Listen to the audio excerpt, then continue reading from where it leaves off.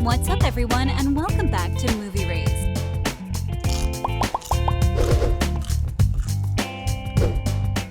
Being an actor doesn't come cheap, and with that, they request a bunch of demands while they are filming a movie. Whether that is a huge trailer or even your own basketball court, you must fulfill all their wishes. But what about when their demands end up changing the movie? Today, we are going to talk about the 10 most ridiculous actor demands that forced movies to change. If you want to see which one is number 1, continue watching as we count down. Number 10, Tom Cruise, The Mummy. When you have as much money as Tom Cruise has and you are one of the world's best actors, your demands on a movie can go quite high. When Cruise was filming The Mummy, he asked for a total creative control over his acting and his scenes. He was accused of micromanaging every aspect of the movie and even changing the script when he felt like it. He even suggested that his character should be given more screen time than the Mummy. In the original script, both his character and the Mummy were given equal screen time, but due to his demands, all of that has changed. And it got us thinking, could the audience have preferred less Cruise and more of the Mummy? At the end, the movie is called The Mummy, right?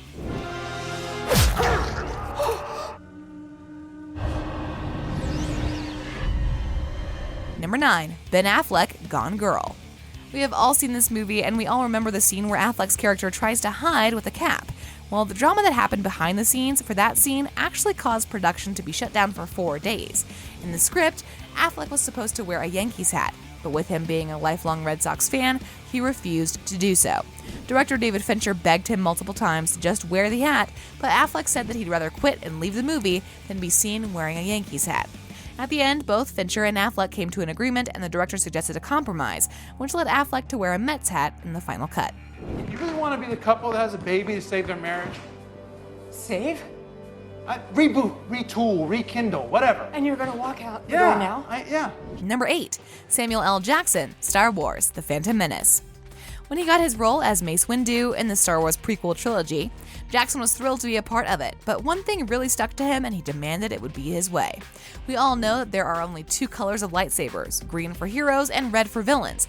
Well, Jackson really wanted his character to stand out, and he requested that he has a purple lightsaber. Even though creator George Lucas initially protested over that demand, at the end, Jackson got his purple lightsaber and till this day is the only character in Star Wars with a purple one and has definitely become an integral part of Windu's character. Figure out who we had to talk to about your light color, your lightsaber color. Good guys are green and blue, bad guys are red. There's no purple lightsaber? You might get purple. Number 7, Mike Myers, Shrek. We all know Shrek and we all love Shrek.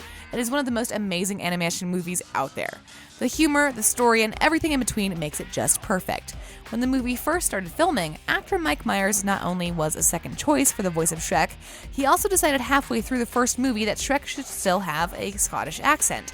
He thought that it would give the contrast that needed against the English accent the villain Lord Farquaad had. Although he got the production to change his accent, it cost DreamWorks around $5 million to reshoot. At the end, it all paid off because we cannot imagine Shrek sounding anything else but Scottish. Oh, really? You in what army? Number 6, Jim Carrey, Man on the Moon. After he got his role as comedian Andy Kaufman in the movie Man on the Moon, Carrey was aiming hard for an Academy Award for his portrayal of the comedian and was far less concerned about whether or not his crew and co-stars were comfortable. Carrey demanded that throughout the filming of the movie, everyone should call him Andy or Tony Clifton, even behind the scenes. He claimed that this way he could really get into the role and truly portray him and honor him the best way he can. This came as a huge frustration to the director Milos Forman, but eventually, by the end, he got one incredible movie.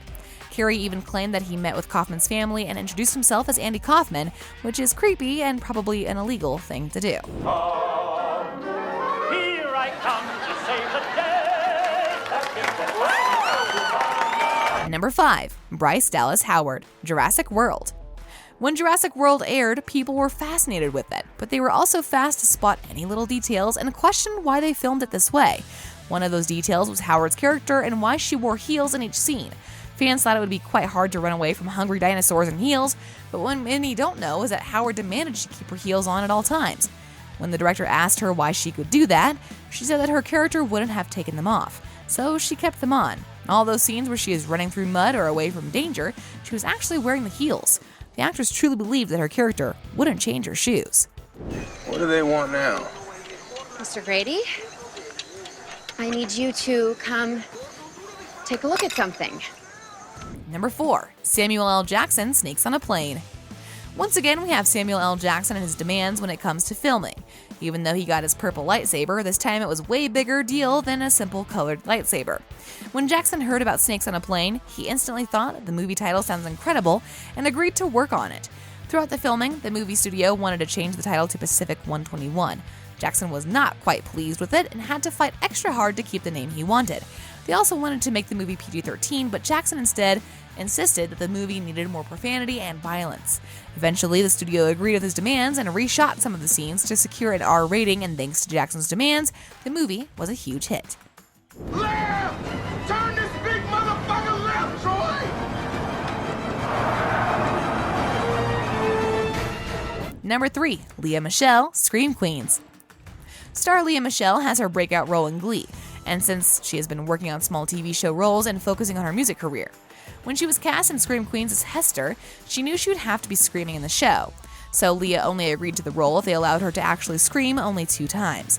She insisted and demanded that most of her screaming scenes be filmed without a sound and recordings should be used of her screaming instead. She demanded this only because she wants to protect her singing voice and be able to continue with her music career. At the end, the production agreed to this and allowed her to film those scenes with a recording of her screaming. Number 2. Daniel Day-Lewis, Lincoln. When Daniel Day-Lewis got the role as the former U.S. President Abraham Lincoln, we knew that this acting would be spot on. He is known to dedicate most of his time preparing for a certain role and remaining in character all throughout shooting. While filming the movie, he refused to break character and demanded that everyone, including the director Steven Spielberg, always refer to him as Mr. President. Even when he was set off, he refused to use any words that Lincoln wouldn't use and even refused to speak to anyone British. This demand and his total dedication was completely worth it since he won an Academy Award for Best Actor, thanks to his incredible performance and portrayal of Abraham Lincoln in this movie. Whether any of you or anyone else knows it, I know I need this. This amendment is that cure. Number 1. Nicolas Cage, Vampire Kiss.